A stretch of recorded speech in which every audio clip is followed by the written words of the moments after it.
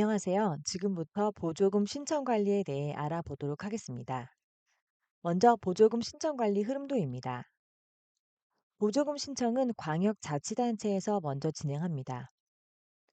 광역사업부서에서는 광역에서 만든 보조사업을 선택해서 기초로 송신합니다.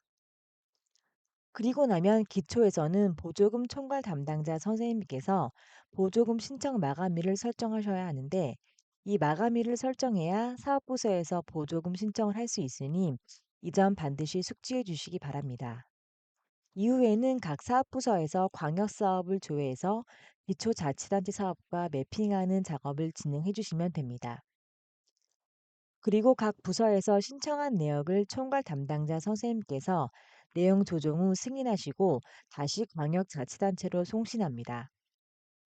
그리고 나면 광역에서는 기초에서 받은 보조금 신청 내용 조정 후 승인해 주시면 됩니다. 여기까지 업무 흐름도에 대해서 말씀드렸습니다. 그러면 광역에서 어떻게 업무를 시작하는지 보겠습니다. 광역에서 자치단체 보조사업 관리 메뉴로 접속 후 조회 조건을 입력하시는데, 여기에서 보조사업 유형 구분을 자체 보조사업을 선택하시고 조회하시면 됩니다. 보이시는 사업 목록에서 송신할 사업을 선택하여 우측 하단의 송신 버튼을 클릭합니다.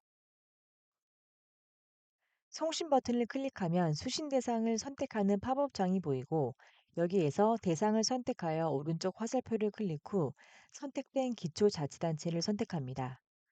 그리고 시군구 송신 버튼을 클릭합니다. 그럼 해당 팝업창이 보이고 확인 버튼을 클릭하면 광역사업이 선택하신 기초로 전송이 됩니다. 그러면 이제부터는 기초에서 어떻게 진행되는지 보도록 하겠습니다. 먼저 보조금 총괄 담당자께서 보조금 신청 마감일 관리에서 보조사업을 시도비 보조금으로 선택하시고 조회합니다. 그리고 마감 일자를 입력하시면 되는데, 여기서 마감 일자란 각 사업부서에서 담당자가 보조금 신청을 해야 하는 날짜를 말합니다. 마감 일자를 등록해 주셔야 사업부서에서 보조금 신청 작업이 가능하니 이 점 잊지 마시기 바랍니다. 마감 일자는 일괄로 적용하거나 혹은 필요시에 수정을 하시면 되고, 다 입력 후 저장해 주시면 됩니다. 그리고 각 사업부서에서 담당자분들이 광역 시도비 보조사업 조회 화면으로 접속하여 광역 보조사업을 입력 후 조회하면 광역에서 전송한 시도비 보조사업 목록을 조회할 수 있습니다.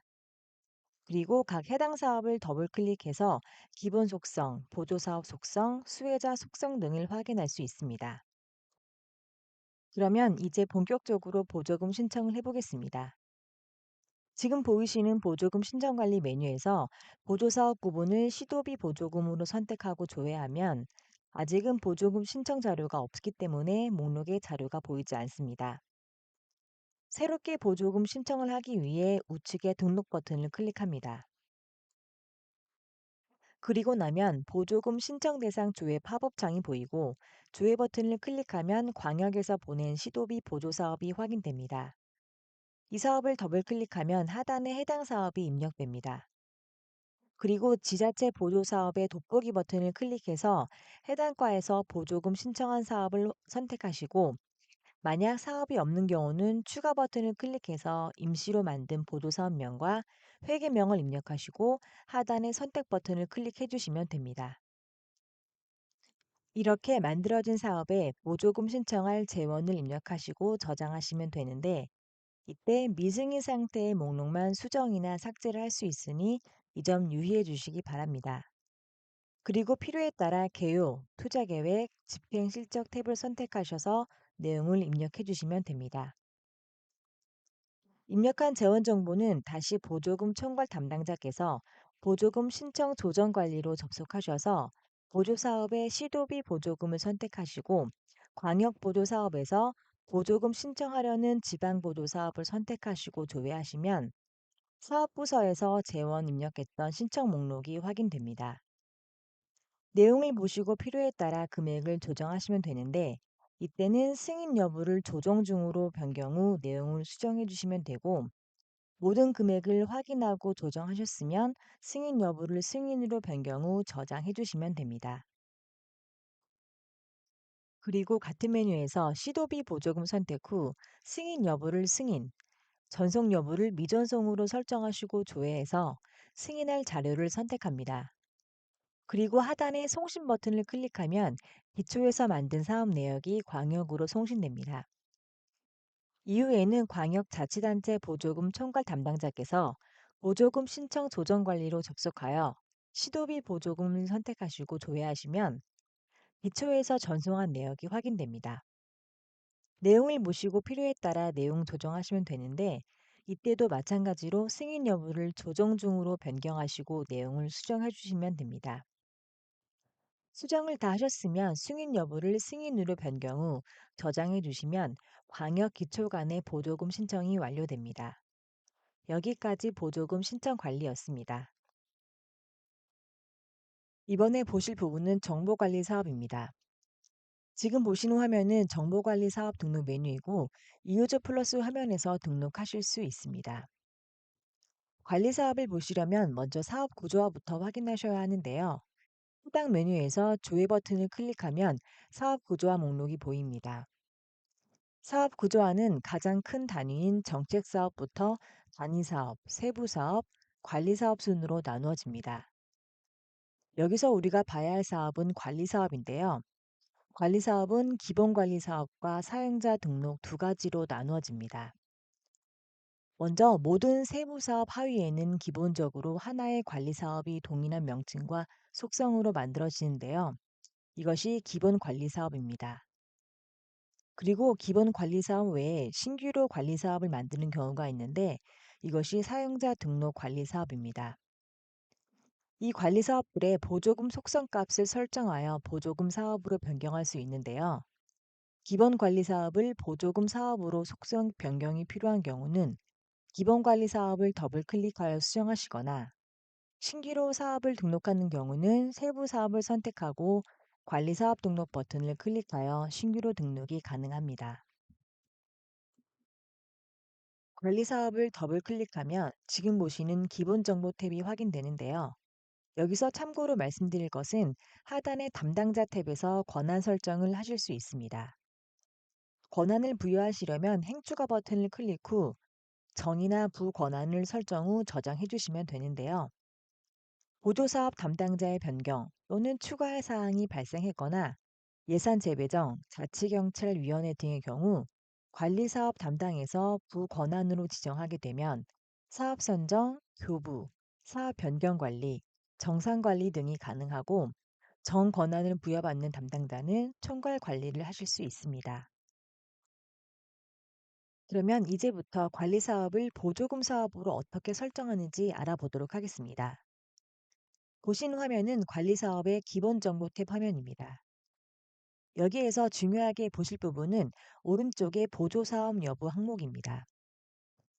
보조사업 여부 항목을 예로 설정한 사업이 보조금 시스템의 보조사업으로 이용할 수 있고 예로 설정하는 순간 보조금 속성 탭이 활성화됩니다. 그리고 옆에 있는 재정관리 속성 탭에는 계획 주체와 의무재량 구분 등을 입력 후 저장해 주시면 됩니다. 그리고 정책 속성도 마찬가지로 일자리 사업 여부나 재난 안전 대상 여부를 입력 후 저장해 주시면 됩니다. 지금 보시는 보조금 속성 탭에는 보조사업 구분이 국고보조 사업으로 되어 있습니다. 이건 해당 화면에서 수기로 설정하는 것이 아니라 앞에 기본 정보 탭에서 자체 재원인지 보조 재원인지 직접인지 보조인지 선택에 따라 보조 사업 구분이 자동으로 설정됩니다. 이 부분은 뒤편에서 다시 한번 설명드리도록 하겠습니다. 그리고 하단에 사업 유형과 공모 여부, 중복 수급 검토 제외 등 필수 사항들도 알맞게 입력하시고 저장해 주시면 됩니다. 다음은 수혜자 속성 탭입니다. 이 탭은 보조 사업을 진행함으로써 어떠한 유형의 혜택이 돌아가는지에 대해 체크하는 항목인데요. 후에 맞춤형 정보 제공과 통계에 활용되기 때문에 관리가 필요한 부분입니다. 지금부터 앞서 말씀드린 대로 관리 사업의 설정화 정보가 어떻게 보조 사업으로 만들어지는지에 대해 여러 가지 예시를 보도록 하겠습니다. 먼저 광역자치단체 기준으로 기본정보 탭의 보조사업 여부는 모두 예로 설정하고 자체재원과 직접을 선택하시면 광역의 자체재원으로 직접 민간에게 내려주는 사업이기 때문에 민간 공공지원 사업으로 설정됩니다. 또한 동일한 설정에 지원을 선택하시면 광역이 기초를 지원하는 사업으로 시군구 지원 사업으로 만들어지게 됩니다. 반면에 자체가 아닌 보조 재원을 선택하시면 직접인지 지원인지 여부에 관계없이 광역이 중앙에게 보조를 받는 사업으로 설정되어 모두 국고 보조 사업으로 만들어진다는 점 숙지해 주시기 바랍니다. 다음은 기초자치단체를 중심으로 어떻게 보조 사업이 만들어지는지 보도록 하겠습니다. 마찬가지로 보조사업 여부에는 모두 예로 설정 후 자체 재원을 선택하면 기초 자체 재원으로 보조사업을 하는 것이기 때문에 민간 공공 지원 사업으로 만들어지게 됩니다.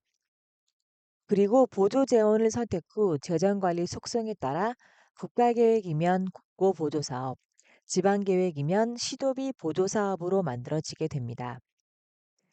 이렇게 관리사업의 어떠한 속성값을 설정하느냐에 따라 보조사업이 다 다르게 만들어지기 때문에 선생님들께서 만드실 사업을 잘 확인하시고 설정해 주시기 바랍니다. 여기까지 정보관리 사업이었습니다.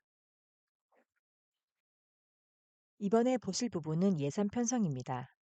정보관리 사업 부분에서 사업 구조화를 시키고 보조사업을 만들었다면 그 사업에 맞게 예산을 편성하는 과정을 말합니다. 이 업무는 이호조 플러스에서 진행하게 되는데 이 과정을 이호조 화면에서 보도록 하겠습니다. 먼저 예산관리 항목에서 세출요구 목록으로 이동합니다. 해당 화면에서 회계연도와 예산 구분을 확인 후 조회 버튼을 클릭하면 세출요구 목록이 조회되고 여기에서 세부 사업을 더블 클릭하여 상세 화면으로 이동합니다. 지금 보이시는 세출 예산 요구 목록에서 관리 사업을 각 산출 근거에 맞게 매핑해 주시면 되는데요. 모든 세부 사업에는 기본 관리 사업이 자동으로 매핑되어 있지만 다른 관리 사업으로 매핑하고자 하는 경우는 추가 버튼을 클릭하여 세출 예산 요구하려는 내역을 입력하시면 됩니다. 여기서 중요한 건 보조 사업으로 사용될 관리 사업이라면 관리 사업에 부여했던 보조 속성에 맞는 통계목으로 매핑을 하셔야 하며 이 부분이 잘 되어 있어야 추후에 확정 통보가 가능해지고 보조금 결산 자료 생성까지 연결되기 때문에 알맞게 매핑을 해주시면 됩니다. 혹시나 필요한 정보관리 사업이 미등록되어 있는 경우는 등록 버튼을 클릭하여 정보관리 사업을 새롭게 등록해 주시면 됩니다. 이렇게 매핑을 진행하셨다면 재원별 편성액을 확인 및 입력하고 저장해 주시면 됩니다. 여기까지 예산 편성이었습니다. 이번에 보실 부분은 보조금 통보 관리입니다. 기초에서 보조금 신청한 내역과 예산을 광역에서 검토하여 배분 통보하는 체계라고 보시면 됩니다. 통보 관리는 사전 통보와 확정 통보, 그리고 2월 통보 세 가지로 나눠지는데요. 세 가지 모두 동일한 프로세스로 진행되기 때문에 대표적으로 확정 통보를 기준으로 설명을 드리도록 하겠습니다. 여기서 중요한 점을 말씀드리면 확정 통보가 제대로 이루어져야 나중에 기초 교부 및 결산 작업을 하실 수 있다는 점 숙지해 주시기 바랍니다. 업무 흐름도를 보시면 광역 보조사업 담당자가 확정 통보하실 때 기초로 배분해 주시면 기초 보조사업 담당자는 기초 보조사업을 매핑하시고 재원 등록을 해주시면 됩니다. 먼저 광역에서 하는 업무를 알아보도록 하겠습니다. 확정 통보 관리 화면으로 접속해서 오른쪽 보조사업 구분을 시도비 보조금을 선택하고 조회하면 대상 사업이 조회되는데요. 여기에서 보여지는 광역 보조사업은 관리사업의 보조사업 여부가 예로 되어 있고 통계목이 기초지원 통계목인 사업입니다.